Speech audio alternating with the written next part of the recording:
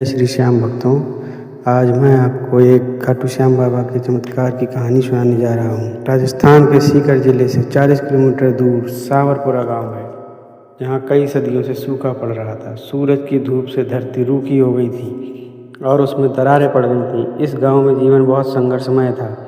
इसी गांव में एक छोटा सा कच्चा मकान था, जिसमें एक किसान मोहन और उसकी पत्नी राधा और उसकी 2 बेटियां किरण और प्रीति रहती थीं। काफ़ी लंबे समय से यहाँ पर खेती नहीं हो पा रही थी, जिसके कारण मोहन के सपने भी सूखे हो गए थे। बचपन में उसने अपने दादाजी से कहानियाँ सुनी थी कि कैसे कभी यहाँ लहलहाती फसलें होती थीं, गाय चरती थीं और कुओं में पानी छलकता था। दादाजी हर साल फाल्गुन मेले में खाटू श्याम जी के दर्शन को जाते थे और लौटकर बाबा की कृपा के किस्से सुनाते थे। मोहन के मन में भी बाबा श्याम के प्रति बहुत श्रद्धा थी। वह भी हर साल नंगे पैर गांव से खाटू धाम पैदल जाता था।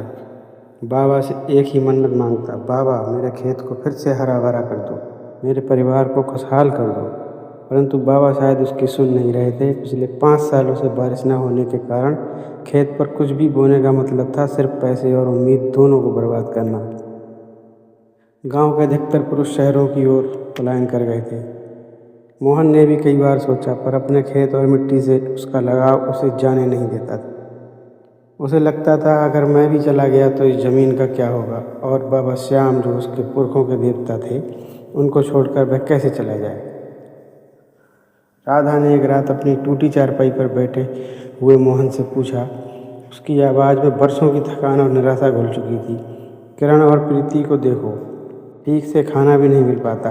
गांव के बच्चे स्कूल जा रहे हैं, हमारे बच्चे बस घर में बैठे हैं। मोहन ने गहरी सांस ली। उसकी आंखें आसमान में तारों को घूर रहीं, मानो बाबा श्याम को उन तारों के बीच खोज रहा हो। क्या करूं राधा, शहर जाने का मन नहीं करता। इस जमीन में मेरे दादाजी की आत्मा बसती है। राधा ने कड़वाहट से कहा। जमीन तो तब काम आएगी जब उसमें कुछ उगे।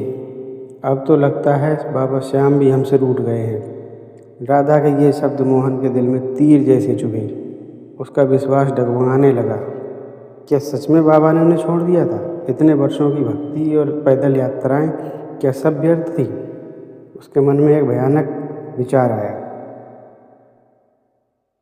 शायद खाटू श्याम जी सिर्फ मंदिरों में ही रहते हैं, सूखी ज़मीनों पर उनकी कृपा नहीं पहुंचती। यह विचार उसके लिए एक पाप के समान था, पर उसकी लाचारी इतनी बढ़ गई थी कि वह खुद से ही सवाल करने लगा था। अगले दिन सुबह मोहन ने एक कठोर निर्णय लिया।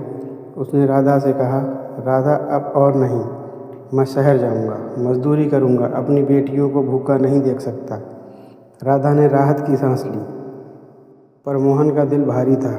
एक छोटी सी गठरी बांधी घर से निकलते हुए उसने एक बार फिर अपने बंजर खेत को देखा, फिर आसमान की ओर जहाँ सूरज अपनी पूरी तपिश बिखेर रहा था। उसकी आंखें नम थीं। तभी उसकी छोटी बेटी प्रीति दौड़ती हुई आई। बाबा आप कहाँ जा रहे हो? बाहर काम पर जा रहा हूँ बेटा, मोहन ने रूंधे गले से कहा।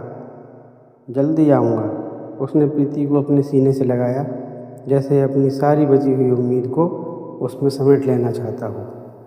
उस मासूम चेहरे में उसे बाबा श्याम की एक झलक दिखी और उसके मन में एक आखिरी प्रार्थना उठी, बाबा मुझे माफ़ करना, ये आपकी ज़मीन है, पर मैं इसे ऐसे नहीं छोड़ना चाहता था, बस अपनी बेटियों के लिए जा रहा हूँ। और फिर भारी कदमों से मोहन ने शहर की ओर अपनी यात्रा शुरू कर दी। उसे पता नहीं था कि यह यात्रा उसे कहाँ ले जाएगी, और क्या बाबा श्याम सच में उसके पीछे पीछे आ रहे थे। एक नए चमत्कार की तैयारी करते हुए अपने गांव से निकलकर मोहन जब शहर के बड़े रेलवे स्टेशन पर उतरा, तो उसे लगा जैसे वह किसी और ही दुनिया में आ गया हो। गांव की शांति और धूल भरी पगडंडियों के उलट यहाँ कंक्रीट के जंगल थे, गाड़ियों के हॉर्न और लोगों का अंतहीन शोर था। हर चेहरा भाग दौड़ में लगा था, किसी को किसी की परवाह नहीं। मोहन को लगा जैसे वह इस भीड़ में एक तिनका मात्र है, जो बस हवा के भरोसे कहीं बहता जा रहा है। शहर में रहने वाला उसका एक दूर का रिश्तेदार था रमेश। रमेश ने उसे अपने पास बुला लिया। मोहन को एक कंस्ट्रक्शन साइट पर दिहाड़ी मजदूरी मिल गई। काम बेहद थकाऊ था। सुबह से शाम तक ईंटें सीमेंट के बोरे उठाना और बदले में इतनी दिहाड़ी मिलती थी कि मुश्किल से खाने का खर्च निकल पाता था। रोज़ शाम को थका हारा मोहन रमेश के छोटे से कमरे पर लौटता। शरीर का दर्द इतना होता था कि नींद भी मुश्किल से आती थी। उसकी आंखों के सामने अपनी बेटियां घूमती रहती थी, किरण और प्रीति। उन्हें भरपेट खाना मिला होगा या नहीं, राधा कैसी होगी, क्या उसकी ज़मीन पर कभी बारिश होगी, ये सवाल उसके जहन में कीड़े की तरह कुलबुलाते रहते थे। शहर में आने के बाद मोहन की बाबा श्याम के प्रति आस्था का अंतिम धागा भी टूट गया। मंदिर यहाँ भी थे, पर वे सावरपुरा के छोटे से शांत मंदिर जैसे नहीं थे। यहाँ बड़े बड़े चमकदार मंदिर थे, जहाँ दान पेटियाँ भरी रहती थी और मोहन को लगता था कि वहाँ सिर्फ अमीरों की सुनवाई होती है। उसके जैसी छोटी दबी हुई आवाज़ वहाँ कौन सुनेगा। वह जानता था कि बाबा श्याम तो सबके हैं, पर उसका मन यह मानने को तैयार नहीं होता था कि इस चमक धमक में उसकी सादगी और उसकी सच्ची पुकार की कोई जगह होगी। एक शाम नरेश ने उसे उदास और गुमसुम देखा तो उसने पूछा, क्या बात है मोहन, गांव की याद आ रही है क्या? मोहन ने आह भरकर कहा, गांव की नहीं रमेश, बाबा श्याम की याद आ रही है। बचपन से सुनता आया हूँ कि बाबा सबकी सुनते हैं, पर मेरी नहीं सुन रहे हैं। सूखे खेत पड़े हुए हैं, परिवार भूखा है, लगता है मेरा विश्वास ही कच्चा पड़ गया है। रमेश, जो थोड़ा पढ़ा लिखा था, मुस्कुराया और बोला, बाबा श्याम किसी की सुनवाई नहीं छोड़ते हैं मोहन। शायद तुम उन्हें गलत जगह खोज रहे हो, बाबा तो मन में बसते हैं। चाहे तुम कंस्ट्रक्शन की साइट पर काम कर रहे हो या किसी महल में, कभी फुर्सत मिले तो खाटू धाम चले जाओ, दिल को सुकून मिलेगा। रमेश की बात ने मोहन को सोचने पर मजबूर किया। खाटू धाम उसने कितनी बार यात्रा की थी, लेकिन अब उसके पास यात्रा करने के लिए पैसे नहीं थे, और अगर पैसे होते भी तो क्या फ़ायदा, जब बाबा सुन ही नहीं रहे तो क्यों जाऊं। दिन बीतते गए, मोहन का शरीर और थक रहा था, पर मन में एक अजीब सी बेचैनी थी। वह काम पर जाते हुए अक्सर एक छोटे से मंदिर के सामने से गुजरता, जहां लाउड स्पीकर पर खाटू श्याम जी के भजन बजते रहते थे। पहले तो वह अनसुना कर देता था, पर धीरे धीरे उसके कदम रुकने लगे। भजनों के बोल उसके बचपन की यादें ताज़ा करने लगे। दादाजी की कहानियाँ और खाटू धाम की निशान यात्राएं उसे याद आने लगी। एक दिन कंस्ट्रक्शन साइट पर काम करते हुए एक मजदूर ने उसे बताया, भाई फाल्गुन का मेला आने वाला है खाटू धाम में, बड़ी धूम रहती है उसमें, सुना है बाबा श्याम सबकी मुराद पूरी करते हैं।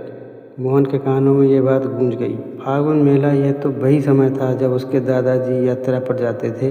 उसके मन में एक लहर जैसी उठी, जैसे सदियों से सूखे पड़े कुएं में पानी की एक बूंद गिर गई हो और अगले ही पल वह बुझ गई हो। मेरे पास पैसे कहाँ हैं बाबा, उसने मन ही मन कहा, और ना ही इतनी हिम्मत कि मैं पैदल जा सकूं। उसने अपनी दिहाड़ी का हिसाब लगाया, परिवार को पैसे भेजना भी ज़रूरी था। जो पैसे बचते उनसे खाटू तक पहुंचना भी असंभव था। विश्वास और निराशा के बीच मोहन का मन लगातार झूल रहा था। एक रात उसे अपनी बेटी किरण का सपना आया। किरण अपने छोटे छोटे हाथों से सूखी ज़मीन पर पानी डालने की कोशिश कर रही थी। मोहन की नींद टूट गई, वह पसीने में लथपथ हो गया था। उस सपने ने उसे हिला दिया। उसे लगा कि यह बाबा का ही कोई इशारा है। उसने फैसला किया। अगले दिन उसने रमेश और अपने साथी मजदूरों को बताया कि वह फागुन मेले में खाटू धाम जाना चाहता है। सब हैरान रह गए। कैसे जाएगा मोहन, पैसे हैं तेरे पास और काम भी तेरा छूट जाएगा। मोहन ने दृढ़ता से कहा, कोई बात नहीं, मैं पैदल जाऊंगा। बचपन में भी तो मैं दादाजी के साथ जाता था, चाहे कितने भी दिन लगे, कितने भी कष्ट हों, मैं जाऊंगा ज़रूर। मैं एक बार फिर बाबा को पुकारूंगा। अगर इस बार भी बाबा ने नहीं सुना तो समझ लूँगा कि शायद मेरी किस्मत में यही लिखा है। ये कोई विश्वास की बात नहीं थी, यह उसकी हताशा में उपज एक अंतिम कोशिश थी। यह उसकी हताशा में उपजी हुई एक अंतिम कोशिश थी, एक आखिरी उम्मीद। उसके पास खोने को और कुछ नहीं बचा था। उसने अपनी बची हुई दिहाड़ी में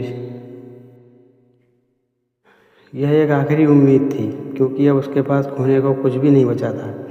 उसने अपनी दिहाड़ी में से बचे हुए कुछ पैसे गांव भेजे। कुछ पैसे जो बचे थे वो अपने पास संभाल कर रख लिए।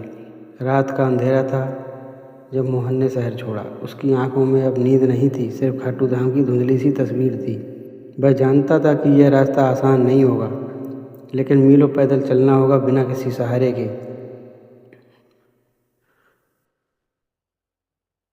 लेकिन अब उसे ऐसा लग रहा था जैसे उसके पैरों में कोई अदृश्य शक्ति आ गई। वह चल पड़ा और अपने मन के सारे सवालों को लेकर, अपने अंतिम विश्वास की डोर को थामकर एक ऐसी यात्रा पर जहां उसे जाने का कुछ पता नहीं था कि बाबा श्याम उसे मिलेंगे या सिर्फ एक निराशा है। पर एक बात तय थी, यह यात्रा उसके जीवन को निर्णायक मोड़ पर ले जाने वाली थी। शहर के कोलाहल से दूर मोहन अब राजस्थान की उन सुनसान पगडंडियों पर था जहाँ कभी उसके दादाजी चला करते थे। दिन की गर्मी, तपती हुई रात की ठंड, हड्डी पसली गलाने वाली ठंड थी। उसके पैरों में छाले पड़ चुके थे, शरीर थक चुका था, पर मन में एक अजीब सी धुन सवार थी। खाटू धाम पहुँचना है, श्याम बाबा के दर्शन करने हैं। हर उगता सूरज और हर ढलती शाम उसे अपनी मंजिल की याद दिलाती थी। वह अक्सर रुककर आसमान की ओर देखता और उसे कोई संकेत नहीं मिलता। 3 दिन की यात्रा के बाद मोहन की हिम्मत जवाब देने लगी थी। उसने एक पेड़ के नीचे सुस्ताने के लिए सोचा। तभी उसने देखा कि दूर से कुछ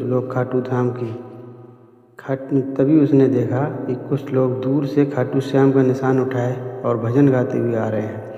उनके चेहरों पर अद्भुत तेज था और उनके कदम जोश से भरे थे। जैसे ही वे मोहन के पास पहुँचे, उनके जत्थे के मुखिया, एक बुजुर्ग व्यक्ति जिनकी दाढ़ी सफ़ेद थी और आंखों में शांति थी, रुक गए। बेटा, कहाँ जा रहे हो? खाटू धाम, मोहन ने सिर हिलाकर बोला। उसकी आवाज़ थकान से भरभराई हुई थी। जी बाबा, अब हिम्मत नहीं बची है, बुजुर्ग मुस्कुराए। हिम्मत मत हारो बेटा, ये बाबा की राह है। यहाँ हर कदम पर बाबा साथ होते हैं। हम भी खाटू धाम जा रहे हैं, आओ हमारे साथ चलो। मोहन को लगा जैसे बाबा श्याम ने ही उनको भेजा है। उसने अपनी छोटी सी गट्ठी उठाई और उस भजन मंडली के साथ में चल दिया। ये लोग राजस्थान के अलग अलग गांव से आए थे और खाटू श्याम जी के प्रति उनका अटूट विश्वास था और अटूट श्रद्धा थी। वे चलते भी जाते और भजन भी गा रहे थे, हारे का सहारा बाबा श्याम हमारा। मोहन को वर्षों बाद इन भजनों में एक अजीब सा सुकून मिला। एक शाम वे एक छोटे से पड़ाव पर रुके थे तो बुजुर्ग ने मोहन को अपने पास बुलाया। बताओ बेटा, क्यों परेशान हो? बाबा को अपनी सारी बात बताओ। मोहन ने अपनी पूरी कहानी सुना दी। सूखे खेत, परिवार की गरीबी, शहर में मजदूरी और उसका कैसे विश्वास डगमगाया। ये सब उसने बताया कि कैसे उसे लगा कि बाबा ने उसे छोड़ दिया है। बुजुर्ग ने ध्यान से सुना, फिर उसके कंधे पर हाथ रखा और बोले, बेटा, बाबा कभी किसी को नहीं छोड़ते। तुम ही उनसे दूर हो गए थे। जब तुम्हारे खेत सूखे, जब तुम शहर गए, तब भी बाबा तुम्हारे साथ थे। ये सब उनकी ही लीला थी ताकि तुम उन्हें और करीब से जान सको। मोहन की आंखों में आंसू आ गए। तो क्या बाबा मेरी सुनेंगे? बाबा सबकी सुनते हैं बेटा, बुजुर्ग ने कहा। बस हमें सुनने का मन और विश्वास होना चाहिए। तुमने एक बड़ी गलती की है। तुमने बाबा पर सवाल उठाया, पर तुम वापस उनकी चौखट पर जा रहे हो। ये तुम्हारी आस्था की अग्नि परीक्षा है। अगली सुबह जब वे फिर से यात्रा पर निकले तो मोहन के मन में एक नई ऊर्जा थी। उसके पैरों का दर्द अब कम महसूस हो रहा था। उसे लगा जैसे बाबा श्याम खुद उसके साथ चल रहे हों। भजन मंडली के साथ चलते हुए मोहन ने महसूस किया कि उसका विश्वास फिर से जागृत हो रहा है। अब वह शिकायत नहीं कर रहा था, बल्कि बाबा से माफ़ी मांग रहा था। यात्रा के चौथे दिन वे एक छोटे से गांव से गुजर रहे थे। गांव के बाहर एक पुराना सूखा कुआं था। गांव वालों ने बताया कि यह कुआं दशकों से सूखा पड़ा है। जैसे ही मोहन और मंडली उसके पास से गुजरे, अचानक से कुएं के भीतर से कुछ आवाज़ आई और सब चौंक गए। उत्सुकतावश वे कुएं के पास गए और देखा, उस पर उन्हें विश्वास नहीं हुआ। कुएं के बिल्कुल नीचे, जहाँ सिर्फ सूखी मिट्टी थी, वहाँ से पानी का एक छोटा सा सोता फूट रहा था। धीरे धीरे सोता बड़ा होता गया और कुएं के तल में पानी भरने लगा। गांव वाले दौड़कर आए। अपनी आंखों पर विश्वास नहीं हुआ। ये कैसे हो सकता है? ये कुआं तो बिल्कुल सूखा था। एक बूढ़ा ग्रामीण चिल्लाया, ये खाटू श्याम बाबा का चमत्कार है। आप लोग बाबा के भक्त हैं, इसलिए बाबा ने यहाँ पर पानी बरसा दिया। मोहन हक्का बक्का रह गया। उसकी आंखों में चमक आ गई। ये क्या था? क्या बाबा सच में ये पहला संकेत था? उसे लगा बाबा ने उसकी पुकार सुन ली। ये चमत्कार सिर्फ उस कुएं के लिए नहीं था, ये मोहन के सूखते विश्वास के लिए था। उसने मन ही मन में बाबा को प्रणाम किया। उसके होठों पर वर्षों बाद एक सच्ची मुस्कान आई। बाबा, आप सच में हैं, आप मुझे कभी नहीं छोड़ते हैं। कुएं के चमत्कार ने मोहन के मन में आशा का संचार कर दिया था। उसके कदम अब और तेजी से आगे बढ़ रहे थे। भजन मंडली के साथ वह अंततः खाटू धाम की पवित्र भूमि पर पहुंच गया। फागुन मेले की भव्यता देखने के लायक थी। लाखों श्रद्धालु वहां पर जयकारे लगाते हुए अपने निशान उठाए मंदिर की ओर बढ़ रहे थे। हवा में अगरबत्तियों की खुशबू और भजनों की मधुर धुनें घुल चुकी थी। मोहन को लगा जैसे वह स्वर्ग में आ गया हो। ये वही जगह थी जहां उसके दादाजी उसे बचपन में लाते थे। यहाँ कोई चिंता नहीं थी, कोई सूखा नहीं था, बस विश्वास और प्रेम का सागर था। भीड़ में मोहन भी एक अदृश्य शक्ति से खिंचा हुआ बाबा श्याम के दर्शन के लिए आगे बढ़ रहा था। उसकी आंखें नम थीं, पर इस बार आंसू निराशा के नहीं बल्कि प्रेम के थे। जैसे ही मोहन गर्भगृह में पहुंचा, खाटू श्याम जी की मनमोहक मूर्ति के दर्शन किए, उसे लगा जैसे बाबा श्याम साक्षात उसके सामने खड़े हैं। बाबा की विशाल करुणामयी आंखें उसे देख रही थी, मानो कह रही हूँ, मैं जानता था तू आएगा मेरे लाल। मोहन वहीं घुटनों के बल बैठ गया। उसके मुंह से कोई शब्द नहीं निकल पाया, बस उसकी आंखें लगातार बह रही थीं। उसने अपने मन में बाबा से माफ़ी मांगी। अपने विश्वास को डगमगाने के लिए उसने अपनी सारी पीड़ा, सारी निराशा बाबा के चरणों में रख दी। एक अजीब सी शांति ने उसे घेर लिया। उसे लगा जैसे बाबा श्याम ने उसे अपने आंचल में समेट लिया है। उस भीड़ में, उस कोलाहल में मोहन को सिर्फ बाबा की मूर्ति दिख रही थी और उसे अपनी आत्मा तक की शांति महसूस हो रही थी। उसने एक ही बात मन ही मन दोहराई, बाबा मैंने गलती की है, मुझे माफ़ करना। मेरा विश्वास कभी नहीं डगमगाएगा। दर्शन करने के बाद मोहन मंदिर से बाहर निकला। उसके मन का सारा बोझ उतर गया। उसे एक नई ऊर्जा मिली। उसने जैसे वर्षों बाद फिर से जीने का मकसद मिल गया हो। उसने वहीं से गांव की ओर लौटने का फैसला किया। इस बार उसके पास कोई ट्रेन का टिकट नहीं था, कोई मजदूरी की गारंटी नहीं थी, पर उसके पास एक अटूट विश्वास था जो उसे दुनिया की हर बाधा से लड़ने की शक्ति दे रहा था। सावरपुरा पहुँचते पहुँचते मोहन को लगभग 1 हफ्ता और लग गया। वह जब अपने गांव की सीमा में पहुंचा तो उसकी आंखें खुली की खुली रह गईं। जहां कल तक बंजर ज़मीनें थीं, सूखी दरारें थीं, वहां अब छोटे छोटे हरे पौधे उगाए थे। हवा में मिट्टी की नमी, हल्की हल्की खुशबू और कुएं तालाबों में पानी भर चुका था। गांव के लोग खुशी से झूम रहे थे। मोहन को लगा कि यह सब सपना है। उसने अपनी आंखों को रगड़ा और देखा कि यह हकीकत है। गांव वालों ने उसे घेर लिया। मोहन, कहाँ था तू अब तक? ये तो चमत्कार हो गया। तू गया, उसके ठीक कुछ दिन बाद आसमान से ऐसी बारिश हुई क्योंकि ज़मीनें फिर से जी उठी, खेतों में अंकुर फूट पड़े। ऐसा कभी नहीं हुआ। मोहन की आंखें भर आईं। ये बारिश सिर्फ पानी की नहीं थी, ये बाबा श्याम की कृपा थी। ये उसके विश्वास का फल था। उसने अपनी सूखी ज़मीन पर कदम रखा और उसे महसूस हुआ जैसे धरती खुद उसे गले लगा रही हो। उसकी बेटियां किरण और प्रीति दौड़ती हुई आईं और उसे गले लगा लिया। राधा की आंखें भी खुशी के आंसू से भर गईं। उस दिन के बाद मोहन का जीवन पूरी तरह बदल गया। उसके खेत लहलहा उठे। उसने फिर से खेती शुरू कर दी और हर फसल पहले से बेहतर होने लगी। उसके घर में खुशहाली लौट आई। मोहन ने फिर कभी भी बाबा श्याम पर विश्वास नहीं खोया। हर साल वह अपनी पूरी मंडली के साथ खाटू धाम जाता था और बाबा को धन्यवाद करता था। वह जानता था कि बाबा ने उसे केवल फसल नहीं दी थी, बल्कि उसे विश्वास का सबसे बड़ा पाठ भी सिखाया था। जब वह सब कुछ खत्म हो जाए तब भी वे बाबा श्याम उसके साथ रहते हैं। जय श्री श्याम।